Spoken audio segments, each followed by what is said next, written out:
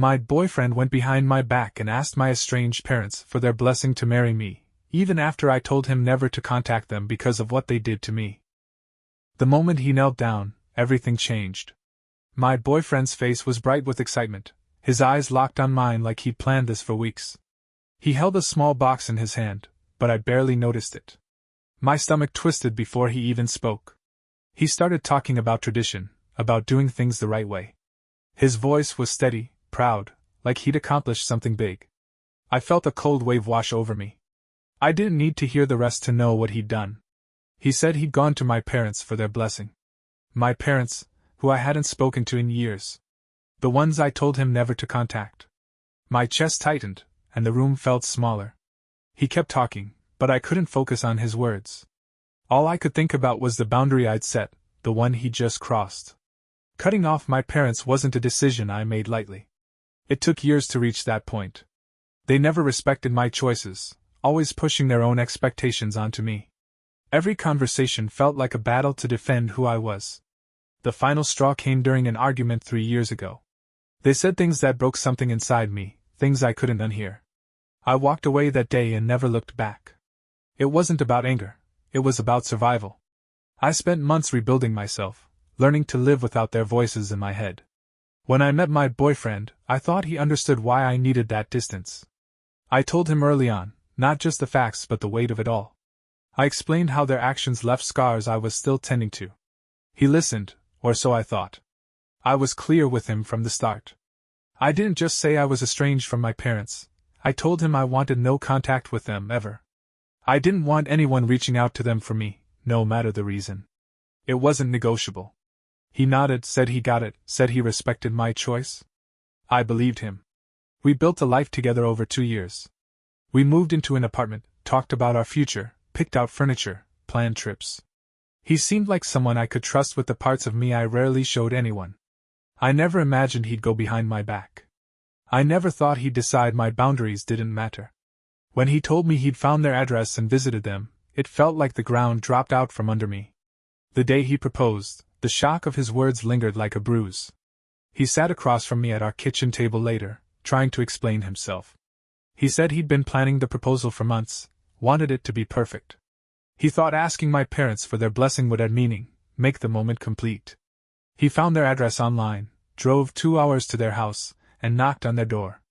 He described it like it was nothing, like showing up at their doorstep was just a box to check off.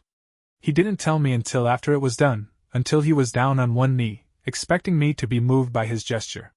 I sat there, hands gripping the edge of the table, trying to process how he could think this was okay. I told him everything, every detail of why I cut them out, why I needed them gone from my life. He knew about the years of control, the arguments that left me feeling worthless, the final fight that made me choose myself over their demands. Yet he decided his idea of tradition was worth more than my trust. He didn't even tell them why I'd stopped talking to them. He just asked for their permission, like it was a formality, like their approval could erase the past. I felt exposed, like he'd handed them a piece of me I'd fought to keep away. He kept saying he meant well, that he thought it would bring me closure. I couldn't look at him without seeing someone who didn't truly see me. The betrayal wasn't just that he contacted my parents. It was how he described their reaction. He came back from their house glowing, like he'd unlocked some secret to my happiness. He said they were warm, welcoming, like they'd been waiting for a chance to reconnect. He told me they invited him in, offered him coffee, talked about their lives like nothing had ever happened. They gave him their blessing without hesitation, acting as if the years of silence were just a misunderstanding. He said they seemed genuine, like they missed me. Hearing that made my skin crawl. I knew them too well. They weren't capable of that kind of reflection. They'd never once acknowledged what they did, never took responsibility for the way they treated me. Yet there they were, playing the role of loving parents for a stranger who showed up at their door. I asked him if they mentioned the fight, the one that ended everything. He said no, they didn't bring it up, and he didn't either. He didn't think it was his place. That's when I realized he hadn't just crossed a boundary, he'd given them a stage to rewrite history. They got to act like the past didn't exist, like I was the one who drifted away for no reason. He handed them that power without even questioning it. I felt sick thinking about them sitting there, smiling, pretending to be people they weren't. I'd spent years building walls to keep them out, and in one afternoon, he'd torn a hole right through them. The worst part was he didn't see why it hurt so much. He kept talking about their kindness, their openness, like I should be grateful for it. I couldn't let it go. The next day, I found a letter in our mailbox, addressed to me in my mother's handwriting. My hands shook as I opened it. It was short, barely half a page. They wrote that they'd met my boyfriend, that they were happy for me, that they hoped we could talk soon. No mention of the past, no hint of remorse. Just a few lines acting like everything was normal, like I'd just been too busy to call.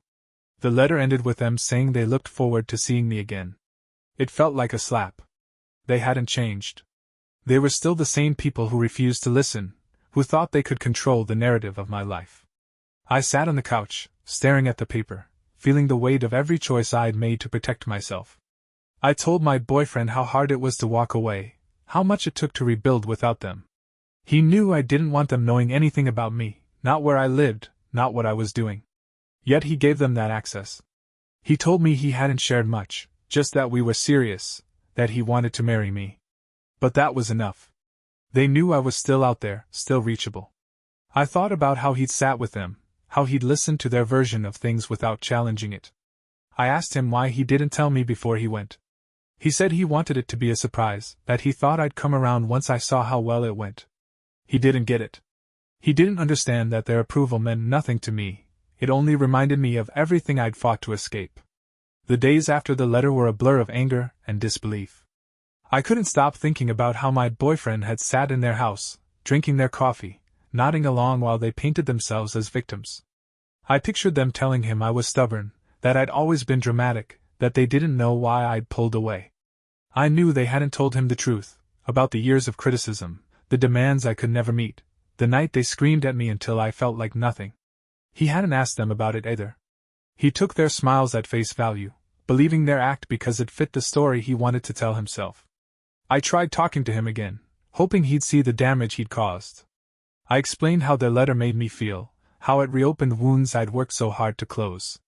He listened, but his face stayed blank, like he was waiting for me to finish so he could defend himself.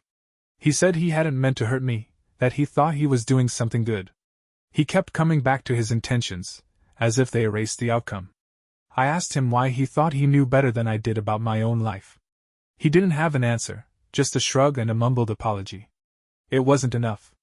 I started noticing things I hadn't before, how he'd dismiss my opinions sometimes, how he'd push for what he thought was right without asking me. This wasn't just about my parents anymore. It was about him, about the kind of partner he was. I realized he didn't trust me to know what I needed. He'd chosen his own version of my story over mine. I spent a lot of time alone after that, trying to figure out what to do. I'd walk to the park near our apartment, sit on a bench, and watch people go by while my thoughts churned. I loved him, or at least I had. We'd had good moments. Lazy Sundays cooking breakfast, road trips where we'd sing off-key to old songs, nights where we'd stay up talking about nothing. But those memories felt distant now, overshadowed by what he'd done. I kept coming back to the same question: how could I build a future with someone who ignored something so important to me? I thought about the life we'd planned, marriage, maybe kids, a house somewhere quiet. It all felt hollow. If he could disregard my boundaries now, what would stop him later? I started seeing the proposal for what it was, not a promise, but a warning.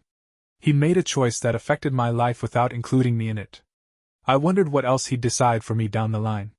I tried imagining us moving forward, him apologizing properly, me forgiving him. But every time I pictured it, I felt the same knot in my chest. The letter from my parents was still on the kitchen counter, unanswered. I hadn't thrown it away, but I hadn't responded either. It sat there like a reminder of everything I tried to leave behind. I knew I couldn't stay in a relationship where my past was treated like a hurdle to overcome instead of a part of who I was. I ended things with him a week later. It wasn't a big fight or a dramatic scene. I just told him I couldn't stay with someone who didn't respect my boundaries. He looked surprised, like he hadn't seen it coming. He tried to argue, said he'd made a mistake, that he'd do better. But it wasn't about one mistake. It was about what his choice showed me. He didn't trust me to know what was best for myself. He thought he could fix my past by ignoring it. I packed my things and moved out within a few days. I found a small apartment across town, somewhere new where I could start over. The letter from my parents went into a drawer, unopened again. I didn't need to read it to know it wouldn't change anything. Walking away from him hurt, but it also felt like reclaiming something. I'd spent years learning to protect myself, to build a life that felt safe. I wasn't going to let anyone take that from me, no matter how much they claimed to love me. Looking back, I realized the real lesson wasn't about him, or my parents. It was about me. If someone can't honor the lines I've drawn, they don't belong in my life. I'm still healing, but I'm doing it on my terms now.